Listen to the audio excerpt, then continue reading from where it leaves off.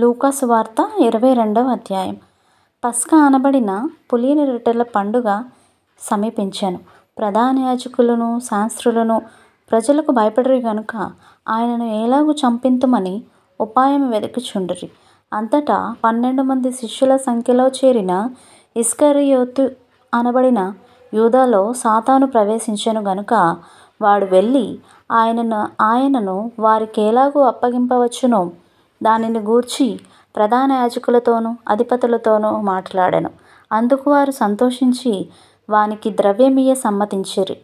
వాడు అందుకు ఒప్పుకొని జనసమూహము లేనప్పుడు ఆయనను వారికి అప్పగించుటకు తగిన సమయము వెదుకుచుండెను. పస్కా పశువును వధింపవలసిన పులియని రొట్టెల దినము రాగా యేసు పేతురును యోహానును చూచి, మీరు వెళ్ళి మనం భుజించుటకై పస్కాను మన కొరకు సిద్ధపరచుడని వారిని పంపెను. వారు మేమెక్కడ సిద్ధపరచగోరుచున్నావని ఆయనను అడుగగా ఆయన, ఇదిగో, మీరు పట్టణంలో ప్రవేశించినప్పుడు నీళ్ల కుండ మోసుకొని పోవచ్చున్న ఒకడు మీకు ఎదురుగా వచ్చెను. అతడు ప్రవేశించి ఇంటిలోనికి అతని వెంట వెళ్ళి, నేను నా శిష్యులతో కూడా పస్కాను భుజించుటకు విడిది గది ఎక్కడనని బోధకుడు నిన్నడుగుచున్నాడని ఇంటి యజమానునితో చెప్పుడి. అతడు సామగ్రి గల ఒక గొప్ప మేడగది మీకు చూపించును. అక్కడ సిద్ధపరచుడని వారితో చెప్పెను. వారు వెళ్ళి ఆయన తమతో చెప్పినట్టు కనుగొని పస్కాను సిద్ధపరచిరి. ఆ గడియ వచ్చినప్పుడు ఆయనయు ఆయనతో కూడా అపోస్తలులను పంక్తిని కూర్చుండిరి. అప్పుడు ఆయన, నేను శ్రమపడక మునుపు మీతో కూడా ఈ పస్కాను భుజింపవలెనని మిక్కిలి ఆశపడితిని. అది దేవుని రాజ్యంలో నెరవేరు వరకు ఇక ఎన్నడూను దాన్ని భుజింపనని మీతో చెప్పుచున్నానని వారితో చెప్పి, ఆయన గిన్నె ఎత్తుకొని కృతజ్ఞతాస్తుతులు చెల్లించి, మీరు దీనిని తీసుకొని మీలో పంచుకొనుడి. ఇక మీదట దేవుని రాజ్యము వచ్చే వరకు నేను ద్రాక్షారసము తాగనని మీతో చెప్పుచున్నానెను. పిమ్మట ఆయన ఒక రొట్టె పట్టుకొని కృతజ్ఞతాస్తుతులు చెల్లించి దాన్ని విరిచి వారికిచ్చి, ఇది మీ కొరకు ఇయ్యబడుచున్న నా శరీరము, నన్ను జ్ఞాపకం చేసుకొనుటకు దీనిని చేయుడని చెప్పెను. ఆ ప్రకారమే భోజనమైన తర్వాత ఆయన గిన్నెయు పట్టుకొని, ఈ గిన్నె మీ కొరకు చిందింపబడుచున్న నా రక్తము వలన నైన కొత్త నిబంధన. ఇదిగో, నన్ను అప్పగించువాని చెయ్యి నాతో కూడా ఈ బల్ల మీద ఉన్నది. నిర్ణయింపబడిన ప్రకారము మనుష్య కుమారుడు పోవుచున్నాడు గాని ఆయన ఎవరి చేత అప్పగింపబడుచున్నాడో ఆ మనుష్యునికి శ్రమే అని చెప్పెను. వారు ఈ పనిని చేయబోవాడెవరో అని తమలో తాము అడుగుకొనసాగిరి. తమలో ఎవడు గొప్పవాడుగా ఎంచబడునో అను వివాదము వారిలో పుట్టగా ఆయన వారితో ఇట్లనెను, అన్యజనములలో రాజులు వారి మీద ప్రభుత్వము చేయుదురు, వారి మీద అధికారము చేయువారు ఉపకారులు అనబడుదురు. మీరైతే అలాగు ఉండరాదు. మీలో గొప్పవాడు చిన్నవాని వలెను, అధిపతి పరిచారకుని వలెను ఉండవలెను. గొప్పవాడెవడు? భోజన పంక్తిని కూర్చుండువాడా, పరిచర్య చేయువాడా? పంక్తిని కూర్చుండువాడే కదా.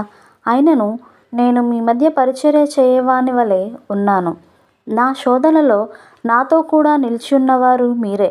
గనుక నా తండ్రి నాకు రాజ్యము నియమించినట్లుగా నా రాజ్యములో నా బల్ల యొద్ద అన్నపానములు పుచ్చుకొని సింహాసనముల మీద కూర్చుండి ఇశ్రాయేలు 12 గోత్రముల వారికి మీరు తీర్పు తీర్చుటకై నేనును మీకు రాజ్యమును నియమించుచున్నాను.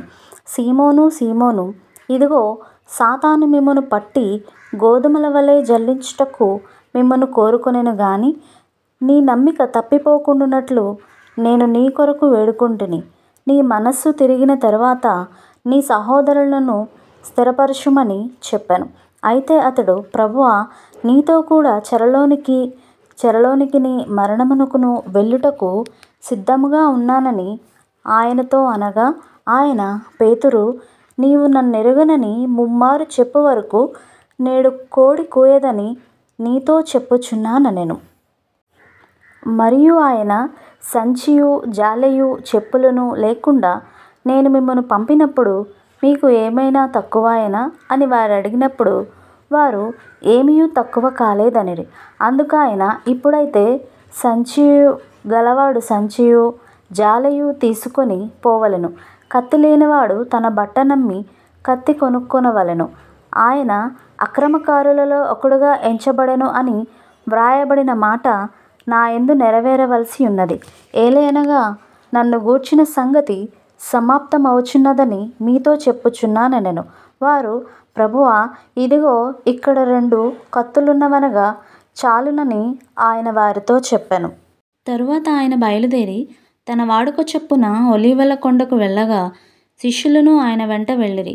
ఆ చోటు చేరి ఆయన వారితో, మీరు శోధనలో ప్రవేశించకుండానట్లు ప్రార్థన చేయుడని చెప్పి వారి యొద్ద నుండి రాతివేత దూరము వెళ్ళి మోకాళ్ళుని, తండ్రి, ఈ గిన్నె నా యొద్ద నుండి తొలగించుటకు నీ చిత్తమైతే తొలగించుము, అయినను నా ఇష్టము కాదు, నీ చిత్తమే సిద్ధించునుగాక అని ప్రార్థించాను. అప్పుడు పరలోకము నుండి ఒక దూత ఆయనకు కనబడి ఆయనను బలపరచెను. ఆయన వేదనపడి మరింత ఆతురముగా ప్రార్థన చేయగా ఆయన చెమట నేల పడుచున్న గొప్ప రక్త బిందువు వలె అయ్యెను. ఆయన ప్రార్థన చాలించి లేచి తన శిష్యుల యొద్దకు వచ్చి, వారు దుఃఖము చేత నిద్రించుట చూచి, మీరెందుకు నిద్రించుచున్నారు? శోధనలో ప్రవేశించకుండానట్లు లేచి ప్రార్థన చేయుడని వారితో చెప్పాను. ఆయన ఇంకనూ మాటలాడుచుండగా ఇదిగో జనులు గుంపుగా వచ్చిరి. 12 మందిలో యూదా అనబడిన వాడు వారికంటే ముందుగా నడిచి యేసుని ముద్దు పెట్టుకొనుటకు ఆయన యొద్దకు రాగా, యేసు, యూదా, నీవు ముద్దు పెట్టుకొని మనుష్య కుమారుని అప్పగించుచున్నావా అని వానితో అనగా, ఆయన చుట్టూ ఉన్నవారు జరగబోవు దానిని చూచి, ప్రభువా, కత్తితో నరుకుదమా అని ఆయనను అడిగిరి. అంతలో వారిలో ఒకడు ప్రధాన యాజకుని దాసుని కొట్టి వాని కుడి చెవి తెగ నరికెను. అయితే యేసు ఈ మట్టుకు తాళుడని చెప్పి వాని చెవి ముట్టి బాగుచేసెను. యేసు తన్ను పట్టుకొని వచ్చిన ప్రధాన యాజకులతోనూ దేవాలయపు అధిపతులతోనూ పెద్దలతోనూ, మీరు బందిపోటు దొంగ మీదికి వచ్చినట్టు కత్తులతోనూ గుదీలతోనూ బయలుదేరి వచ్చితిరా?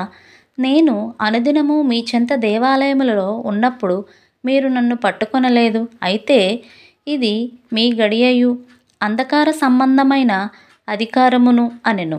వారు ఆయనను పట్టి ఈడ్చుకొని పోయి ప్రధాన యాజకుని ఇంటిలోనికి తీసుకుని పోయిరి.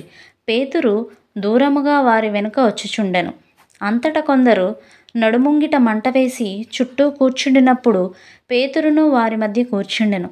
అప్పుడు ఒక చిన్నది ఆ మంట వెలుతురులో అతడు కూర్చుండుట చూచి అతని తేరి చూచి, వీడును అతనితో కూడా ఉండెనని చెప్పెను. అందుకు పేతురు, అమ్మాయి, నేనతని ఎరుగననెను.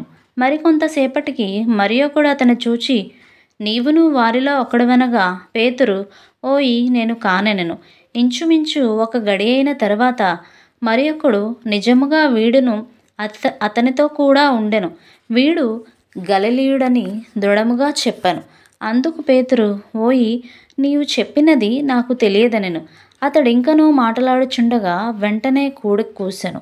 అప్పుడు ప్రభువు తిరిగి పేతురు వైపు చూచెను గనుక పేతురు, నేడు కోడి కూయకమునుపు నీవు ముమ్మారు నన్ను ఎరగనందువని ప్రభువు తనతో చెప్పిన మాట జ్ఞాపకము చేసుకొని వెలుపలికి పోయి సంతాపపడి ఏడ్చెను.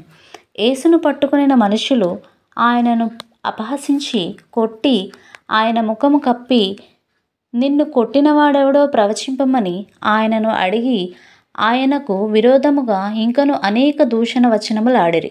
ఉదయము కాగానే ప్రజల పెద్దలను ప్రధాన యాజకులను శాస్త్రులను సభకూడి ఆయనను తమ మహాసభలోనికి తీసుకొని పోయి, నీవు క్రీస్తు అయితే మాతో చెప్పుమనిరి. అందుకు ఆయన, నేను మీతో చెప్పిన యెడల మీరు నమ్మరు, అదియుగాక నేను మిమ్మును అడిగిన యెడల మీరు నాకు ఉత్తరము చెప్పరు. ఇది మొదలుకొని మనుష్య కుమారుడు మహత్యము గల దేవుని కుడిపార్శ్వమున ఆసీనుడగునని వారితో చెప్పెను. అందుకు వారందరూ, అట్లయితే నీవు దేవుని కుమారుడవా అని అడగగా ఆయన, మీరన్నట్టు నేనే ఆయనను అని వారితో చెప్పెను. అందుకు వారు, మనకిక సాక్షులతో పని ఏమి? మనము అతని నోటి మాట వింటిమి కదా అని చెప్పిరి. దేవుడు తన పరిశుద్ధ లేఖనం దీవించి ఆశీర్వదించునుగాక. ఆమెన్. ఈరోజు వాక్యం విన్నారు కదా, మరికొంతమందికి వినిపించండి. Please like, share, subscribe.